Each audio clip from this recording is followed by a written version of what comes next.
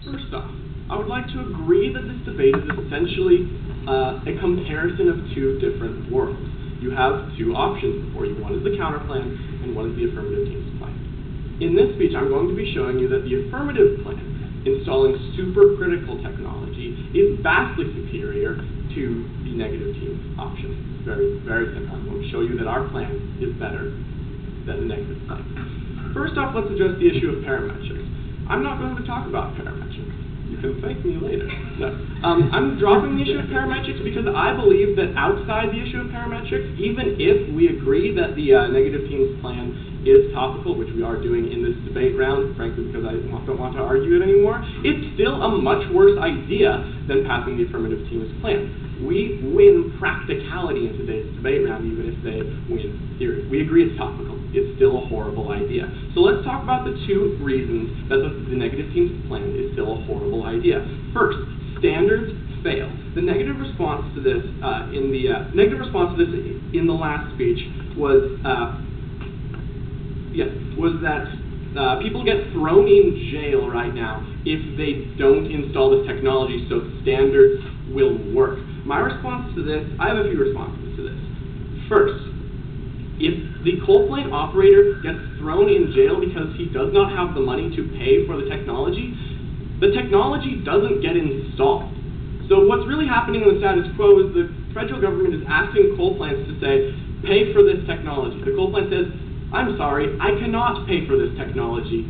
I can't do anything about that. I don't have the money. The federal government says, sorry, you get a fine or you get a jail sentence. There wasn't actually any evidence read about the severity of the punishment if you violate the regulation. But the fact is, the person gets thrown in jail or they get fined, and guess what? People continue to die because the technology has not been installed. Whereas under the affirmative team's plan, you have 100% assured solvency. Why is this? Because all of the solvency arguments and all of the disadvantage versus our case were dropped in the last speech. There is no reason that our plan is a bad idea that is left in today's debate round. Because if you do not address an argument in a rebuttal speech, that argument is considered dropped. It's considered, you don't value that argument enough to spend time on it. Therefore, there is no reason to vote against our plan, and every reason to vote against the negative team's plan. Why? Because our plan has 100% assured effectiveness because we cover 100% of the costs of the technology.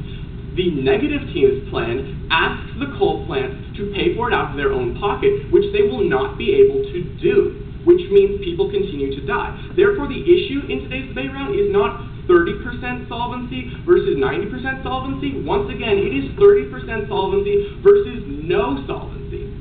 In addition, the negative team has talked to you a lot about empirics versus theory. You know, what we've seen historically is more credible than what we just predict will happen.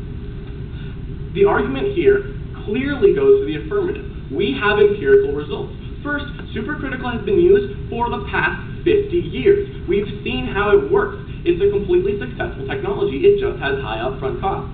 Secondly, standards, which is the negative counter plan, empirically fail. If you go back to our evidence from the Belfer Center for Science and International Affairs, it says, quote, experience has shown that such standards cannot assure achievement of emissions targets, unquote. Experience has shown that when we've done something like the negative plan in the past, it has failed. So we have two options today. I agree, we have two options. One is a success, and one is a failure. One of the plans resulted in a reduction of death by 12,000 lives, an uncontested statistic. 12,000 lives saved, and I'm sorry, I usually know this number, I'm a little bit tired today, $23 billion saved per year. The other option presented for you today has 0% solvency, which means 30,000 people continue to die, and $62 billion continues to be wasted. It's very clear that regardless of the theory debate, the affirmative solution is far superior to the negative solution.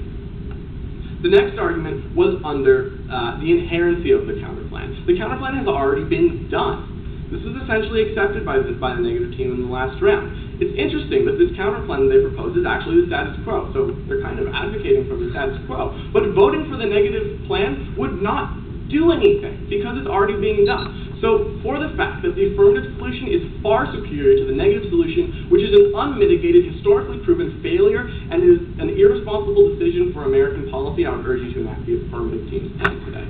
Thank you.